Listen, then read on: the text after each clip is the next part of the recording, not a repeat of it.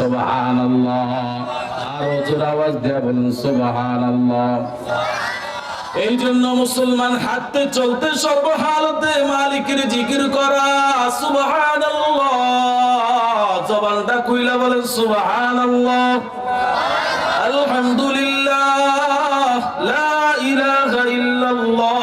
হাদিসের মধ্যে বর্ণনা করা হয়, এরে মুসলমান কোন ব্যক্তি যদি দিনের বেলা 100 বার সুবহানাল্লাহ পড়ে, তার আমলনামায় হযরত ইব্রাহিম খলিলুল্লাহর সন্তানি হযরত ইসমাঈল যাবিহুল্লাহ ইসমাঈল আলাইহিস সালাতু ওয়াস সালামের বংশধরের 100 জন আযাদ করা গোলামের সওয়াব দান করে দেন সুবহানাল্লাহ।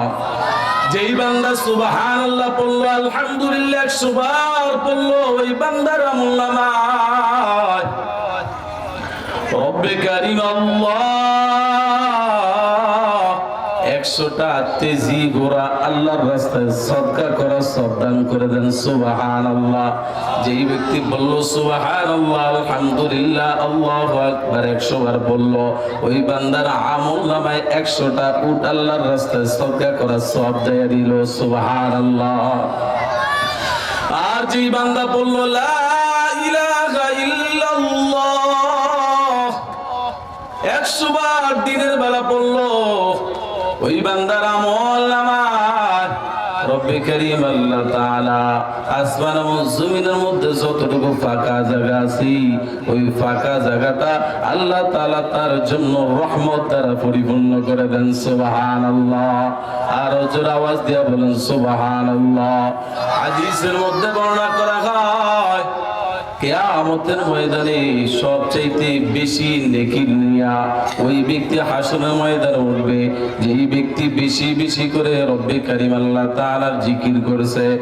আম্মা জান আয়েশা রাদিয়াল্লাহু তাআলা আনহা পয়গম্বরকে ডাক দিয়া বলে, ইয়া রাসূলুল্লাহ, ইয়া হাবিবাল্লাহ, পয়গম্বর, আমি যখন আপনার জিহ্বার দিকে তাকাই গো মায়ার নবী, তখন আপনার দেখি জবান লড়ে, ঠোঁট লড়ে, জিহ্বা লড়ে, ব্যাপারটা তো বুঝলাম না।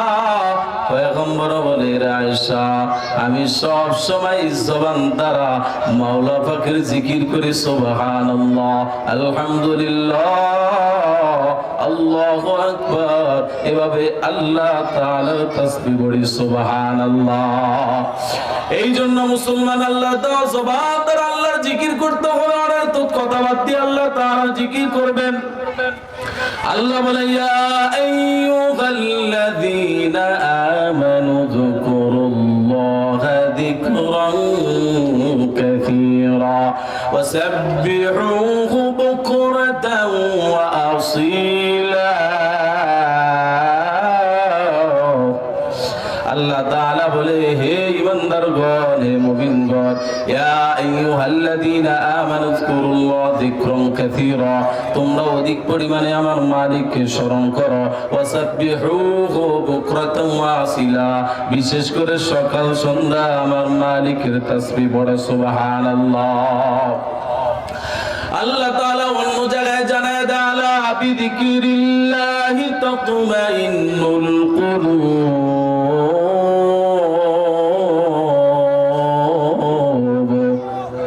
আরো জোরে আওয়াজ দিয়ে বলেন আল্লাহু আকবার।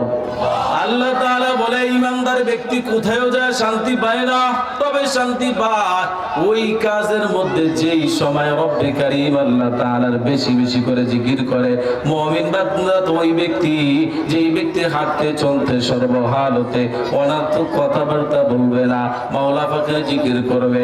আল্লাহ বলে, ওয়া ইবাদুর রাহমানিল্লাযীনা ইয়ামশুনা আলাল আরদি হাওনান ওয়া ইযা খাতাবাহুমুল জাহিলুনা ক্বালু সালামা ওয়াল্লাযীনা ইয়াবিতুনা লিরাব্বিহিম সুজদান